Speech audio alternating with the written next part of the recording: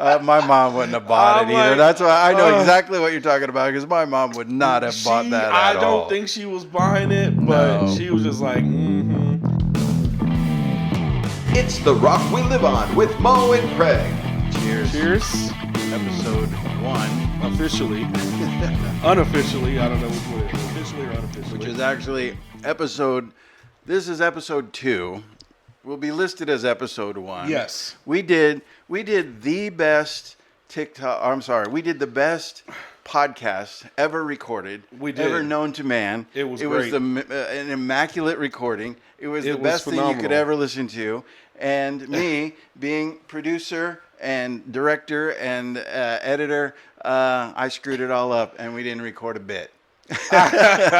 Well, but there was a form of the recording, right? It recorded from one. There was just one camera, camera angle. on one microphone, and it didn't. It's just not publishable. Okay. It's just not. Here's the thing. Maybe one day, as we grow, we could maybe release that as like here's a blooper The archive from our video. This is our blooper, archive. Yeah, an archive of the We'll pull first something episode. out of it.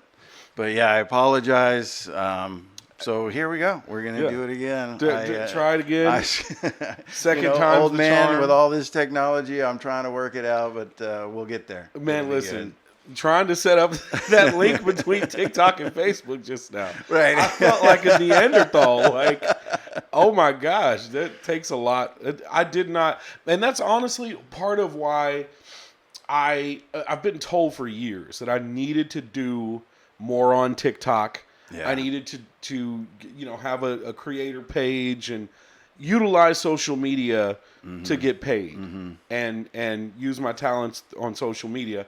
And I was always like, I know it's not as easy as it looks. It can't be as easy as it looks. A lot of people doing it, it can't be too difficult, and you Right. just got to figure out ways to do it. My son has been here for the last week. He goes back home to Florida tomorrow, and he's been coaching me on TikTok and how to work it. So I've been making some posts, hopefully getting some interest, and hopefully everybody will check that out, and then also check us out on YouTube and Spotify and anywhere you listen to podcasts. Yeah, all your podcast places and YouTube, Yeah. Spotify, TikTok, Facebook.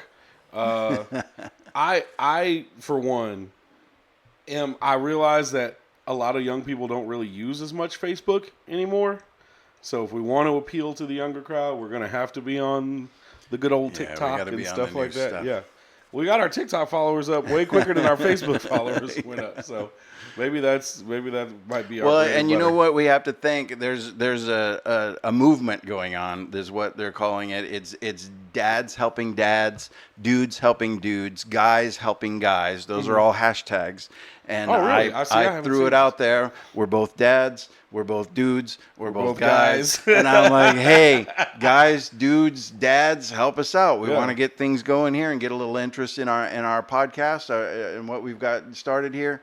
And that's how we went. We went from July 4th having 11 followers to, as of today, we had 464. So That's keep really it coming. freaking cool, Keep yeah. sharing it. We like and appreciate it. follow. We do. And we definitely appreciate that. So our first podcast, Yes. we had such a compelling topic of the internet and people on it, Right. and just several things around there.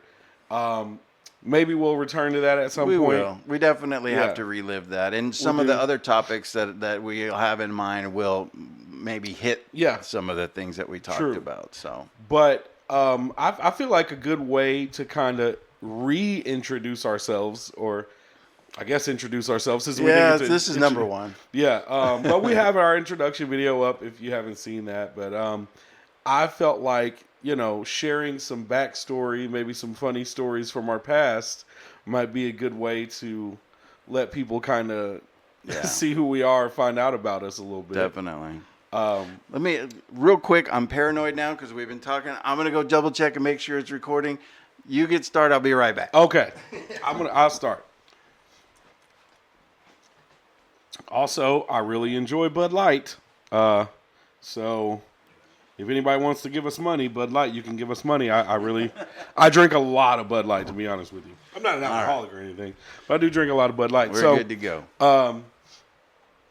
I wanted to. I've got so many. You'd be surprised, like how many crazy stories I have from my past, or just funny stories, or whatever. And so I was thinking on like where I should start with what kind of story I should tell to start off. And I think I'm going to keep it light. I think I'll keep it, kind of light, kind of innocent. Have some fun for my first story. So. This one is from when I was a teenager, right? And this is kind of my mom. It involves my parents and my cousin and a broken bike and all kinds of stuff. And this is where like we've had lots of off-camera conversations and stuff like that. And a lot of my thought processes and how my brain works come from genetically, I think, from my mom and my pops. But my mom a lot, too, when it comes to analyzing situations and feeling out what's right, what sounds right, what doesn't sound right.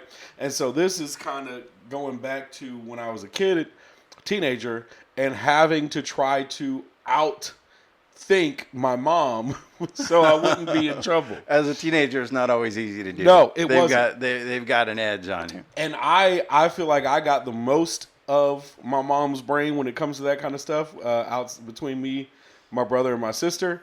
And so I don't think it works out very well for them sometimes when they try to do it, but I've been able to try to get there before. So anyway, so go back to, I had to be, I'd say 16, maybe 15 or 16.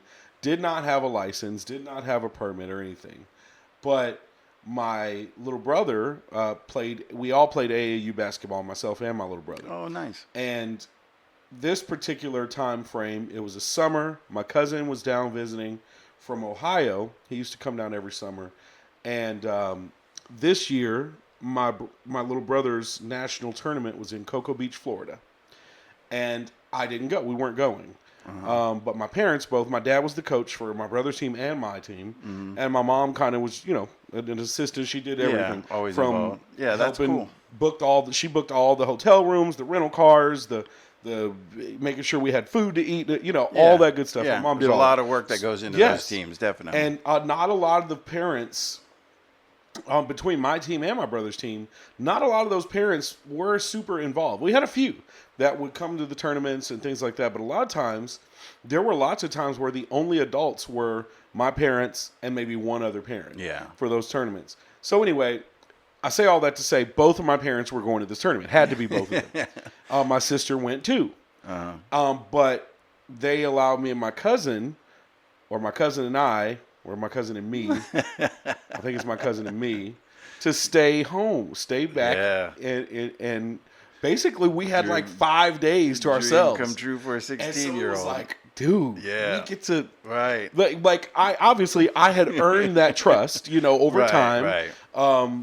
They allowed me to start staying home by myself at like 12, and then after a couple of years of not causing a fire or doing anything crazy or whatever, then I eventually became the babysitter for my siblings, so that they didn't have to go to a daycare and stuff. So at this point, I've already earned the trust of being home by myself. So my cousin and I were 16. They leave for this tournament. Now, I told you, I don't have a driver's license. However, they left my dad's car with us in case of an emergency. Okay? And which is kind of strange. Like, you shouldn't be driving even if it was an emergency. No. Should be phone numbers, people to call. Well, I mean, his car was going to be there either way. Right, They left us the key in case of an emergency. Just in case, yeah. Okay. Which, hey, it is what it is.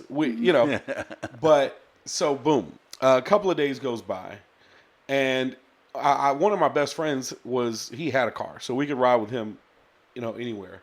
But this particular day, I don't remember why he maybe wasn't available. He was a bit of a ladies' man back in our teenage years, so he was probably off doing something with some chick. But this day, we were like, hey, man, I want to go to the mall, Now, we probably could have taken public transportation. right? Right. We could have taken a bus. Right. To this day, I'm 37 years old. I've never taken public transportation. Really? I've never Oh been my on gosh. like a city bus. I've never been to a Never. city where like a train was used. Never, huh? Never been on Wow. public transportation. I've purposely So- gone to cities just to do that. Really? To ride subways, L trains, city I buses. want to one day. Well, and I grew up in Southern California, so city buses were part of life back then. And a lot of my friends were. Yeah, A lot of my yeah. friends were using the city bus to go to the mall and things like that. I never really needed to, you know. Yeah. My parents trusted me enough to where if they did, you know, they would drop us off or drop me off there and my friends or whatever and come back and pick us up later. Or we had my friend Tyrone who had a car, you know, so I never really needed to. Yeah. So anyway, this day we're like, we really want to go to the mall. We want to go find some chicks, you know, and Seeing you thinking that's what you're so gonna do. we debate on should we or should we not take my dad's car. And we debated on it for a little while, and finally we decided, okay, we're going to take the car, we're going to go to the mall, and we're going to come What right could back. go wrong? Right? Yeah. What could go wrong? Can't be that hard. Right. We've both driven before. We're just neither of us is licensed to do it. I don't remember if my cousin had a permit or anything at the time, but excuse me, Bud Light. So what could go wrong, right? The house I grew up in was fenced in. Got a fence. And so the car was inside under the carport. All we had to do was open the fence, back out, head out to the other side of town to go to the mall. My cousin wants to drive. Like we're trying to decide who's going to drive, me or him. Finally, I'm like, all right, I give in. I'm like, okay, you drive. So we start the car, and my dad had a blue Saturn. I don't remember what kind of Saturn it was, but Yeah. I remember it was a blue Saturn.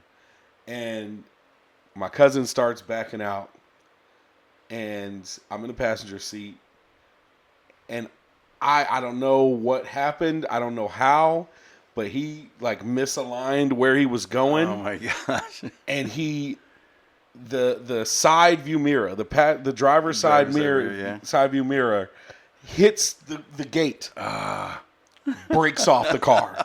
The entire mirror breaks and is off of the car now. Oh my gosh! And we're like, oh my God. I'm like, what did you do? Like, You didn't what? even get out of the driveway. Nick did not make it out of the driveway. We're not even all the way on the street. And the mirror's gone. So now Oh, I'm my freaking God. out. Yeah. Because I'm like, how are we going to explain that this happened? And so I'm freaking out. I'm like, he's like, oh, I'm sorry. I'm shit. And I'm like, dude, what the fuck? Like, I don't Right. know what we're going to do. So I'm like, okay, well, we got to tell my parents before they come back. They can't just Show up come back see and be it, like, where the yeah. hell's the mirror? Yeah, probably You know? best to try to head it off. So I'm like, okay, give me some time to think. We got to figure this out. And the good thing is, I knew like my dad, if I came up with a good enough story, he would just want to know that everybody was okay. Right, right. My and mom, on the foremost. other hand, was going to be curious as to what happened. Like, you know, what really happened here. So what I ended up coming up with was, because at the time, my bike, my parents knew that I had an issue with the chain on my bike. Sometimes the chain would come loose, Right. and while I was riding it, I'd have to, stop it somehow with my feet probably, and then, get the chain back on there if I wanted to keep riding it. So I was like, okay, you're going to be the one in the story on the bike. Since you broke the mirror in the story, you're on the bike. It's your fault. So I tell my mom, I call, right? I come up the story. I say, okay, what we're going to say is you were riding the bike. The chain came loose while you were riding. You tried to turn back into the driveway, lost control. Your shoulder hit the window. You went down. The window went down. Or the mirror, The I'm sorry. mirror went down. The- Yeah. You lost control trying to turn back in with the chain loose. You hit the mirror, it falls off, you fall. Boom. That's what happened. So he's like, okay. So I call my Got dad the deal. first, obviously. Right. I'm like, hey, Dad, just so you know, the mirror on your car got broken. Here's how it happened. And my cousin's name is Greg. I'm like, Greg was riding my bike, and boom, boom, boom. My dad was like, oh shit, oh well, is everybody okay? Y'all good? Greg good? Yeah. And he talks to Greg, and Greg's like, yeah, I'm fine. I just hurt my arm a little bit, and I maybe fell. But I'm good. And I'm like, Dad, we're sorry. The mirror is broken. It just the chain popped, and he wobbled, and boom, the mirror. Sell it. And my dad was like, well, shit. We'll have to figure out how to fix it or whatever, but as long as y'all are okay, that's the biggest concern. Right. So I'm like, whew, good. We're okay. I can't remember if we were able to hang up with my dad and my mom called us back. Yeah. or she's next. or if she took the phone from him. But I just remember my mom saying, okay, now explain this to me again. Start all over. Go back from the beginning. What happened? And I was like, oh God, I knew it. I was like, okay, so, and then I had to break it down in detail. I'm like, so how my chain on my bike is kind of messed up, right? Well, like sometimes the chain pops off, and I'm used to it because I always ride that bike. Yeah. But this time Greg was riding it, and it caught him by surprise. And maybe, I don't remember if I told him that the chain's messed up or not, but it caught him by surprise. The chain popped off. He wobbled. He ran into the car. It knocked the mirror off. Oh my gosh. And that's how it happened. And I just remember my mom going, mm-hmm. My mom wouldn't have bought it either. Like, That's why I know exactly what you're talking about, because my mom would not have bought that at all. I don't think she was buying it, but she was just like, mm-hmm. And I remember, she kind of let it go for that time.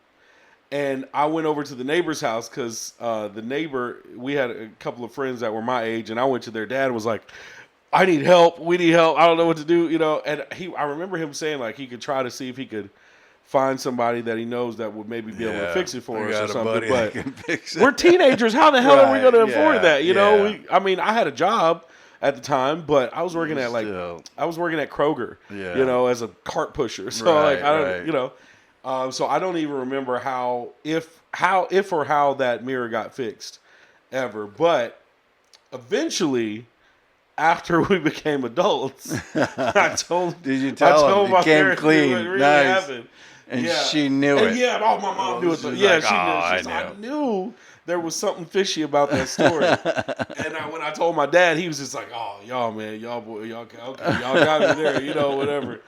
But man, I just remember I was like, dude, I don't know how we're going to make this story work. And then we never even made it to the mall. We didn't even get to go anywhere. We didn't even get out of the mall. We didn't get to go see any chicks. We ended up having to stay home, sweating our balls off, trying to figure out how to figure out what to do with this car. Oh my God. That's just crazy. I mean, you do all kinds of stuff when you're a teenager and you get away with it. There's tons of similar situations. I wanted to tell you about what happened to me just a couple of weeks ago. Mm-hmm. You mentioned, that I'm a property inspector. I inspect rental properties. Yeah. That's how we came to get to know each other.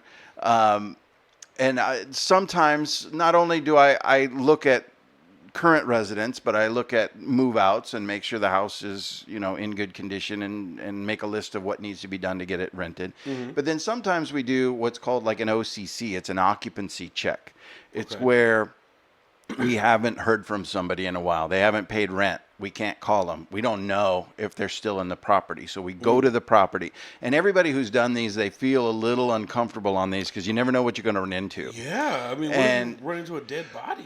In this situation, we have to give 24-hour notice to the tenant that we are coming inside. We're the owner's representative. So basically, I'm the owner going to my property, and as long as I give 24-hour notice, I can enter the property and do whatever I need to do, as long as I'm not messing with their things. Mm-hmm. So that's typically how an OCC works, but we don't notify because we haven't been able to reach them.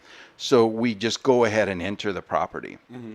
And again, I've been told by police officers that I should carry pepper spray, mostly because of dogs, in case of a dog. But there's other ways to find out if there's a dog or if it's near the door or whatever. And some people even say, I should have a gun just in case, or like if you knock on a door, step away from the door because people are going to shoot through the door if there's a reason. But people don't just shoot through doors because somebody's knocking. So you never know. Probably not. But... I've done this for a while. I've never had any issue like that. So one of our tenants is in the military, and he's deployed. Mm-hmm. He rented a house from us as a single, military soldier. Mm-hmm. And then while he's living here, he meets a girl and he gets married. Okay. And she moves into the house with him. Okay. So follows the lease agreement by adding her to the lease. Hey, my wife we're now joined. He does what he's supposed to do. She's moving into the house. She's on the lease. And then he deploys. He goes overseas somewhere. I don't know where he's gone to, but he's not coming back till like October. So he's been gone for like 4 or 5 months. So while he's gone, and in the Army, when I was in the Army, which is a long time ago, there was this fictitious person called Jody. Jody. Oh, Jody. Yeah. Oh, Jody's got your girl and gone. Yeah. And dudes would lose their shit over Jody. Even though he was fictitious, they would go crazy just thinking about who Jody could be and what's going on with their girl at home, and they would go out of their brains. So while he's overseas, Jody is not fictitious. Jody's on Instagram with his girl in his house with a dog that he's not supposed to have. What? She got married, he took off, and now she's got a boyfriend.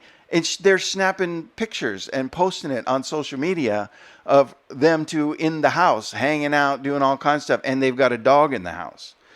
So oh my God. He calls us. And this is on her Instagram? On her Instagram, yeah. How so he's stupid can you be? The poor soldiers, out there defending our country, thousands of miles away. He can't do anything, and he's seeing his wife, who he was in love with, and usually your motivation to stay alive and to come back and do what you've got to do and get back to your family and your loved ones. She's out partying and doing all kinds of stuff. Trust me, I've seen it. So I've seen it. They get into argument through email, text, phone calls, whatever they can do. And she says, "I'm leaving the house. I'm packing up. I'm taking off."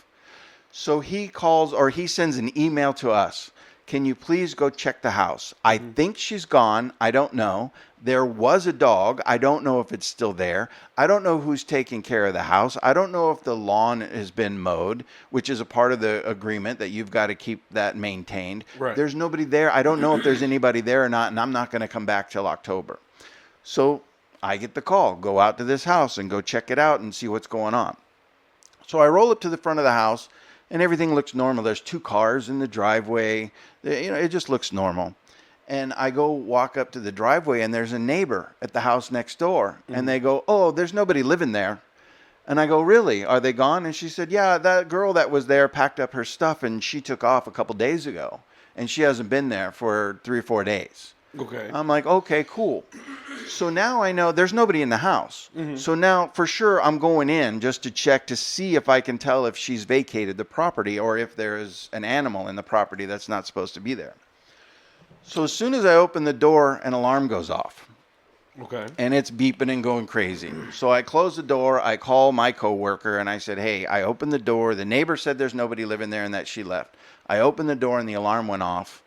I don't know if it's monitored or what, but that's the situation. What do you want me to do? They said, "Go ahead and go in and check and see what you can find out, if she's still there, if there's a dog," because he wants to turn off some utilities if he can, to save money, whatever, if nobody's going to be there. Okay, great. I go in the house. I go in and take pictures. I do a report on my phone. And the alarm's going off the alarm's going off the whole time.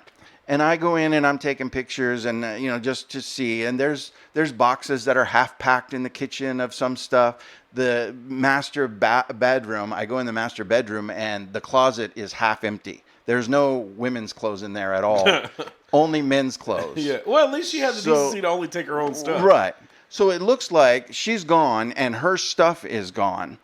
And okay, I've got what I needed. I got a couple of pictures. I can tell that she has in fact vacated, and we can let him know what we can do to maintain the property. I open the door to go back on. And meanwhile, I get back on the phone with my coworker because she was going to get me the code to turn off the alarm. Right. She's going to contact the soldier and get the code. So I get back on the phone. Hey, she's definitely gone. I'm still in the house. She can hear the alarm going on. Let me get out of the house so we can talk for a minute. I open the door. 4 police officers are standing in the front yard. Yeah. 4 police officers with their hands on their guns staring me down when I open the door. And I go, let me get off the phone. I said, there's police here. I'm going to have to talk to them. Let me call you back. Yeah. So I go, hey guys, how you doing? Everything's cool here. I'm not a robber. And the lead officer goes, we don't know that. And I'm like, oh no, one of these, here one of we these. go. Was right. he young? No, Was he young? He's the old sergeant. Really? He's Usually those guys the are old ones... gray hair sergeant. There was a younger female that was closer to me, but he was in the back, and he's the one that starts chirping. Wow, that's it's usually the younger guy. I know. Yeah. No, he was all hot. I don't know what he thought he was going to do. So I'm like, look, give him the whole rundown. Here's what I'm doing. I drive a car that shows the logo of the company I work in. I wear a shirt that has the company logo on it. Yeah. And I'm like, I'm here with this company. We manage this property, and here's the whole situation. I basically give him a rundown of what I'm doing and why. And he says, do you have permission from everybody who lives here to enter that property? And I said, no, I don't need it. I'm the owner's representative. Right. And he said, no, that's not the law. You need permission from everybody who lives there. And so me being me, I go, you're wrong. You're stupid. You don't know what you're talking about. Oh, shit. So immediately, not the right thing to say not at all. to Sergeant Officer, who has now got his 3 subordinates, and he's got to lead the charge. Yeah, and now he feels disrespected. Yes. Yeah. And he's like, we need to know right now who gave you permission to enter the house. And I'm like, I don't need permission to enter the house. I'm the owner, and the tenant asked me to come check on it. But the lady who lived, and I said, plus I checked with the neighbor, and she said nobody's living here, so they gave me clear to come in there. And he's like, oh, great, a neighbor. What a good source of information to get from. And I'm like, a witness? Would you not use a witness in any crime case? She's a witness to people leaving. Yeah. But she's now not a credible source of information. Yeah. And I'm like, come on, dude. Somebody tells you they moved out and she saw them, then that's a credible source. And again, you're wrong and you don't know what you're talking about. And he's like, that's the law. You can't do that. And I'm like, no, you don't know tenant-landlord law. So I'm barking. So they say, I'm like, look, they're like, what's the name of the tenant who lives here? I don't know. I don't know number. I just know addresses. Yeah, I don't know you were tenant's just given name. the task. Go to the house. Yeah, you don't have I don't know. Contact yourself Right. with the tenant. Right. So they're like, well, we're on the phone with the lady who installed the alarm system, and she doesn't know who you are. And I'm What like, the hell did... No, wait. Okay. So wait. Let me jump in here for a second. right. I am a person who sold alarm systems for a little while. Right. The alarm people would have no idea, who the landlord or their representatives are. That doesn't have anything to do with it. The alarm company called the police. wife. No, the woman. The wife who installed the security system without the husband's knowledge. Oh, we found this out so later. you're saying the woman who had it installed, not the alarm company. No, Okay, the woman who lived there had an alarm system installed. And she never told him. She never told the husband. And he's overseas. He doesn't know. So their only contact is her. She doesn't know who I am or where I'm from or what's going on. So she's like, I don't give permission for him to be in my house. And the cops are like, you can't be in this house. You don't have permission. And I'm like, oh my God. And I'm just, are you ridiculous? So I was like, look, how about if I get my coworker back on the phone? She's the one that had the email. And they're like, show us the email from the tenant. We know the name. If it's not from him, you're going to jail. What? And I'm like, you got to be kidding me. This is legit. I'm not a criminal. And again, he's like, That's yet to be determined. And I'm like, oh my God. Oh, what a dick. So I get back on the phone. And meanwhile, my coworker is on the phone and she puts it on speaker. There's a room full of people at the office listening to me, listen to me bark at these cops. Yeah. And they're muted and they're like, please stop talking. Please don't go to jail. Stop doing that. you gotta stop. Craig, be quiet. And I'm like, nah, I'm giving them hell. And I'm right then thinking I might be pushing it a little too far because I'm going to be arrested just for mouthing off. They'll find a reason. I don't know, even though I've done nothing wrong.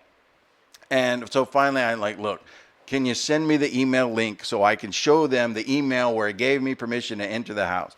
And until I got that, they wouldn't leave. And after I got that, it showed that 2 of the police officers left. 2 stayed. And I said, look, I've got the alarm code now. She texted it to me while we're talking. I've got the alarm code. I'll go in and shut the alarm off, prove to you I'm okay. I know what I'm doing here. I've got the key to the house. Is one of the ones that stayed the dickhead? No, he left. Okay. He left. And I was barking at him while he was walking away. Did the others apologize for how he was acting? No, they're like, look, we understand you got a job to do. We got a job to do. And we're just trying to figure out who's in the right and what's going on. And I said, look, maybe I'm a little out of line, but your boss over there doesn't know tenant landlord law. He's talking criminal law. And I don't need permission. All I need to do is notify one person who's on the main leasee on the rental agreement that I'm coming in and I have permission. I'm like, I do it every day. I go to 20 or 30 houses every single day and we notify them a week in advance that we're coming. Yeah. And I'm like, this is not illegal. There's no way I would be arrested every day. So 2 of them stayed. I had to give my ID. They checked the email. Everything was cool. They escorted me back into the house to reset the alarm and then made sure that I locked the door when I left.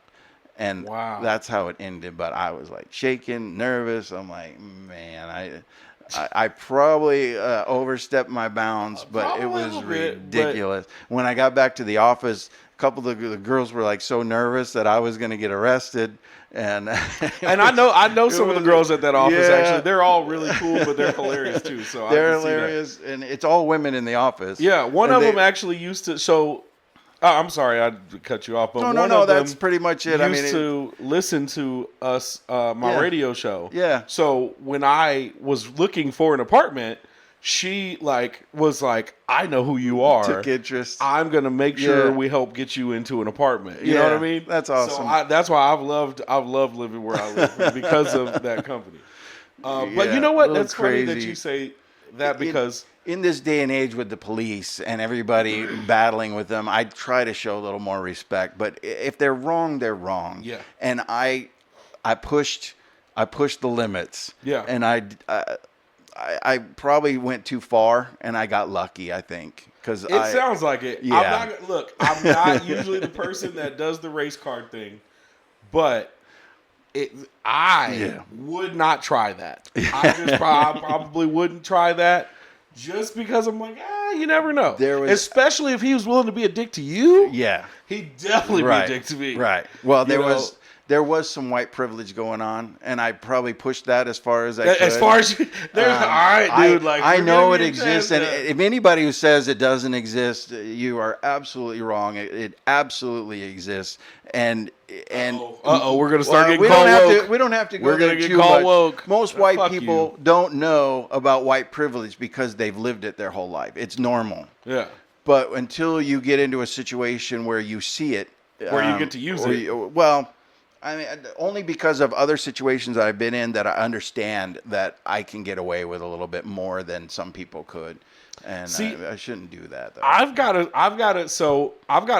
opposite end of the spectrum story about how awesome a cop was for me one time. Actually, I've had nothing but positive experiences with police in most cases in my hometown. Yeah. But before I share that story, I'm going to go get another Bud Light. I'll be right back. Definitely. Take a drink break. Everybody go grab a drink. And I'm back with a fresh Bud Light. Put that back. Oh, yeah. Fresh Bud Light on deck. There we go. All right. Everybody drink break. So yeah, I'll share one more story then because you kind of led me into it. But one particular story where I had the opposite interaction with a cop. He's very cool, very understanding. So I went out, had some drinks, and I don't remember how things ended up lining up the way they did, but hanging out with some friends that I knew from the bar, and their group started to kind of disperse, and one girl was kind of left behind, and excuse me, she was saying she needed to get a ride back to her car. And she was a friend of a friend. So I was like, okay, yeah, I had gotten to know her a little bit because she was hanging out with a friend of mine. So I'm like, oh, well, if you're friends with her, you got to be good people because she's good people. So I'll give you a ride to your car. And her car was only a couple of miles away. So when we get to her car, she kind of says like, oh, I'm not sure if I'm all the way sober enough to drive just yet or whatever. I should probably eat something. So I was like, okay, well, we're right around the corner from Waffle House, or I think it was Waffle House, something like that. One of those places where you can go and get breakfast. So I was like, well, I don't mind driving you over there, have a bite to eat first. I'll bring you back to your car. That should help, a little bit. So we go sit down and we eat. And then I take her back to her car, and she's still kind of like, oh, I don't know.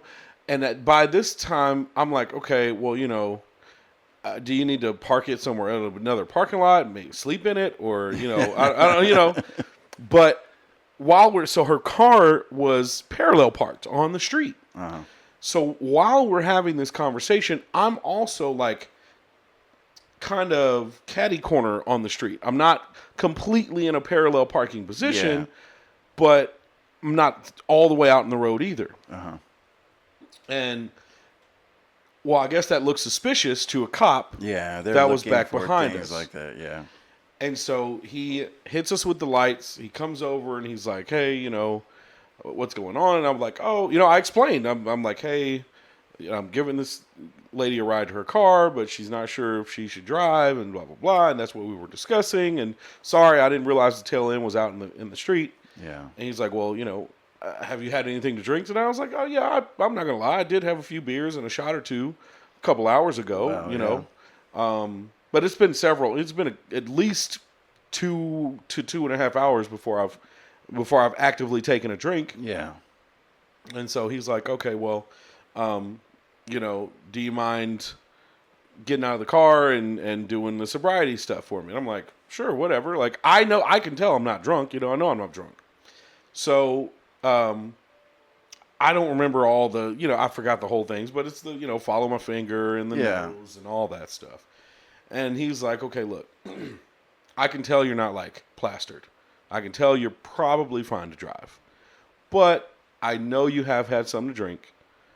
So I can't in good conscience just say, okay, go. Yeah. He's like, but I don't want to give you a DUI because I can tell you're not really drunk. Yeah. He's like, so I'll tell you what. Get a ride here. Get somebody to come to pick you up. Leave your car here for now. And you're good to go. Yeah, that's fair. I was like, okay, that's fair. Yeah. Fair. Totally fair. So I'm like, okay, well, let me see what I can do, it just so happens that, and all this is happening because she was indecisive about what the hell she wanted to do. I don't even know this woman like that. You were just being a friend. I honestly, to this day, I couldn't pick that woman out of a lineup. And I'm trying to be a friend to a friend of a friend. You know what I mean? Yeah. So I'm like, okay. Turns out she lives on the same side of town as me. So she gets a hold of someone first. So I'm like, and she says, oh, yeah, I've got somebody on the way here. So I think, oh, cool. We've got a ride. Yes. Right? We've got a ride. Can tell where this is going right now. So a few minutes goes by. The cop's standing out there with us. We're talking. He's really cool. The person comes to pick her up. She hops in the driver's seat and then just looks back and says, thank you, officer. Have a good night. They take off and leave me standing there. And I'm baffled. Like what? I'm like, what the I'm only in this position because I was helping you. You're going to the same side of town I was going on. You couldn't get your friend or whoever that was to give me a ride too after I did all this for you? Yeah. The cop even said, he was like, dude, that was fucked up. He said those exact words. He said, dude, that was fucked up. He was like, you know what? I'll tell you what. Because that was messed up. And I can tell that you...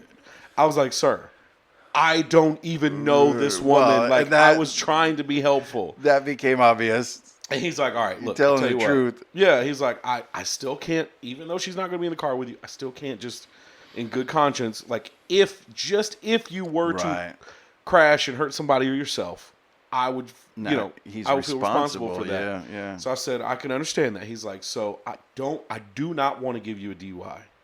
So my shift ends at this point. It's like 5:20, like the sun's almost coming up. Apparently his shift ended at 6:00.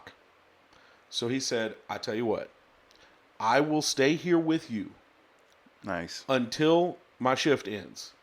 If you can get someone to come and get you before my shift is over, you're good to go. Just come back and get your car later. Right. And I'm like, okay, now let me try any and everybody that I can. And so the first person that I called, no ride share. No, this was before ride share. Before all of that. Yeah. This was a little bit before ride share was popular in our area. Right. It might have been popular in bigger cities, but here it wasn't here, like that yet. I guess I probably could have called a cab or something. Yeah. I don't know what my financial situation was. Maybe I couldn't afford the cab at the time. I don't know. But I remember I called the girl who was friends with the girl. I called her because I'm like, hey, your friend left me out to dry. Where are you? I need help.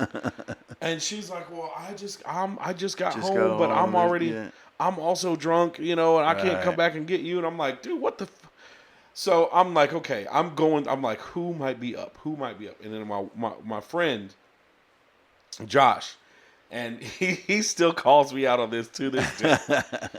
Josh had just started a new job. That day was his first day at the new job. I call him. I'm like, bro, because he's the only person I know that would be awake at that time of day. Yeah. And I'm like, bro, I need you right now. And he's like, what the fuck? I'm like, long story short, either you come get me or I get a DUI. Yeah. It's one or the other. Like, at this point, you're my only hope. Yeah. Yeah. You're my only hope. And he's like, bro, I was like, bro, please. Like, I really need you right now. Please come get me. And so he's like, fuck, dude. All right, I got you. And because at the time, I was working at the radio station. I was driving radio vans. Yeah. I couldn't have a DUI and drive those vans. Definitely. And so he gets there, and he obviously cusses me out a little bit, gets on me. And I take it because, it's your first fucking day at work, and you're here picking me up so I don't get a DUI. So I thank the officer, and the girl who was the friends with the chick that I gave the ride to, I called her. I was like, hey, look, my boy's new job is by your apartment. Can I at least come crash there for a few hours since this is your friend's fault? And she was like, yeah, that's fine, So his job was like 2 miles from her apartment. So he dropped me off there. She let me crash on her couch for a couple hours so that he could get to work, and then so I could sleep it off and go back and get my car. And I'll tell you, I was so thankful for that cop being so understanding because that could have just taken my life on a whole different trajectory. Nice. So I was really thankful for that. But I'm also very vindictive and petty in some cases. When I went back for my car, I was like, I'm slashing that bitch's tires.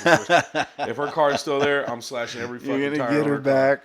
And but unfortunately, or maybe fortunately, I don't know which one, but when I got there, after sleeping for a couple hours, and then the girl took me back to get my car, that chick's car was gone. She was already came and gone. She had already came and gone. I was definitely going to slash her tires, man, because she put me through that. Lady, if you happen to run across this, if this story sounds she probably knows who you are. You're a bitch. You know who she is. Because you almost made me get a DUI. So if you see this, I don't know your name. I don't remember what you look like. But this is a unique story, That's and I'm pretty sure you messed remember up. it. I wonder if she was so out of it, wasted, that she doesn't She even wasn't, remember. dude, she she knows wasn't that she that- left you high and dry out She on the road. does. I'm telling Yeah. you, she wasn't that fucking wasted. Like the fact that we were sitting to have this conversation in the car, I'm like, you can't be as drunk. You know, it's just, there are certain signs when a person is slurs or, you know, some of those things. Yeah. I didn't feel like she was that wasted, but I was also like, well, I don't want this lady to get in trouble or to kill someone, so I'll help out in whatever ways I can. Yeah. You know, I even honestly, when she mentioned possibly sleeping in her car, I even volunteered to pull in the same parking lot, Stay pull my car next next to to her. hers, and sleep in Just mine, hang out. just so she wouldn't have to Man, do that alone. She owes you. That was Dude, pretty nice. We went And way out of the way. This lady left me high and fucking dry. So, lady, whoever you are, if you ever see this video, fuck you. You're a bitch. The anonymous woman everywhere.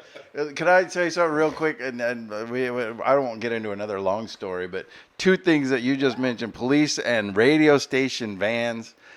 I had my very first job as a board op. I'll make it real short. I was working overnights, and at the time I was driving a motorcycle. It was my only form of transportation. Oh, shit. And I was working graveyards, and the radio station was out in the middle of nowhere. It was actually a bomb shelter that was surrounded by farmland. It was out in the middle of nowhere.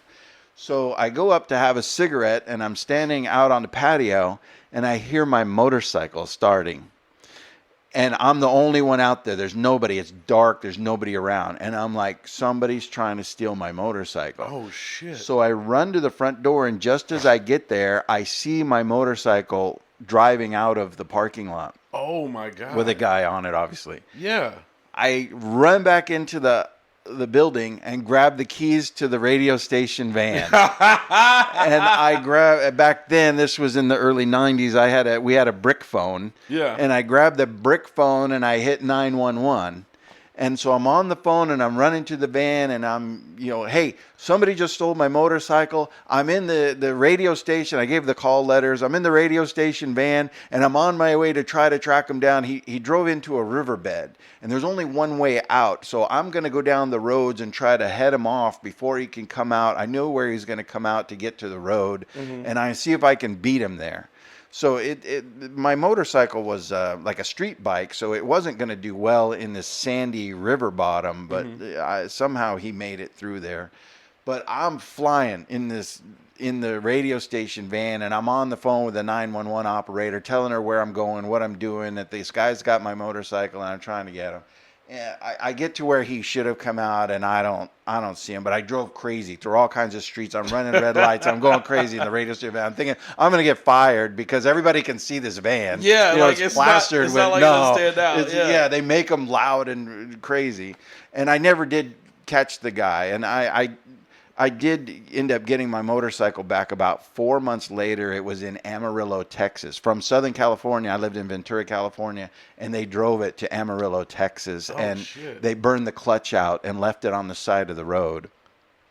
But when I found out later, when I ended the call and I made a police report and the police came to talk to me, and I said, I was in pursuit with the radio station van trying to catch this guy. He goes, oh, yeah, I know. And just so you know, an all-points bulletin went out to every cop in the city, and you had carte blanche to drive as crazy as you wanted to. Nobody was going to give you a ticket or give you any problem. You were in hot pursuit, and you had permission. Oh, and I'm like, awesome, man, dude. Hell that's yeah. crazy. That is I was awesome. going crazy in the radio station van. That is freaking the cool awesome. part about that story is the police impounded my motorcycle in Amarillo. I'm in California. I didn't make any money. I was broke. I don't know how I'm going to get there. And it's like, I don't know, some crazy amount of money per day while it sits in impound. Mm-hmm. And my program director at the radio station said, call a radio station out there, and radio people are brothers. Go see if they'll help you. And I did. I called a radio station in Amarillo, Texas, and I said, here's the situation. My car's in impound. My motorcycle's in impound. I need somebody to go get it, keep it for me until I can come get it, which would be in a month or so. And they said, sure. Wow. We'll do it that's for pretty you. Awesome. So they had it out of impound within a day, paid the impound fees. And back then, this is the early '90s. You know, there was no Zelle or you can't cash App. somebody. No, there was nothing like that. So I had to Western Union. You got I a mailed Western them. Union? I think it was either Western Union or mailed them a check. Yeah. You know, and hey, I'll pay the impound fees, and then I'll see you in about a month. The guy kept it in his garage for a month for me to go get it. It was undrivable. You couldn't do anything with it. And I drove all the way there and all the way back in a weekend to pick up my bike. But it was pretty cool that radio station guy would help me out. That is pretty cool. Yeah. That is pretty cool. That's awesome. Well, I got and this will be a teaser for the next time, for episode 2/3. Speaking of radio vans, and this will be a story I share on the next episode, I actually am responsible for a new rule having to be made up at the station here locally. Excuse me. When it comes to the station vehicles and active crime scenes. Oh my gosh. Station vehicles and active crime scenes. So there's a teaser for the next episode. Definitely. When we meet up again, I'll share that story with you. I'll share it with you guys. But it was it's a doozy for sure. So hey, it's a great conversation today. Yeah, right? cool. Yeah. Fun to hear some stories, get to know each other a little bit more. We'll have some more stories and definitely talk about some more topics. Absolutely. Make sure you guys are following us on TikTok, Facebook. You can find us on Spotify, YouTube, The Rock We Live On. This is going to be a good time, man. This is going to be a good time. You enjoy it. And if you're watching this on YouTube or somewhere where you can leave a comment, please leave a comment. Tell us what you think about the stories. Give us some suggestions I said suggestions about some things that you want us to talk about that you'd like to hear. We really appreciate it. Hey, we'll see you on The Rock We Live On. Hey, thanks for checking out The Rock We Live On with Mo and Craig. Make sure you like and follow us on TikTok, Facebook, and YouTube. And then you can also find us anywhere where you listen to podcasts. We're on all platforms, or check out Spotify podcasts to watch our videos. Thanks a lot.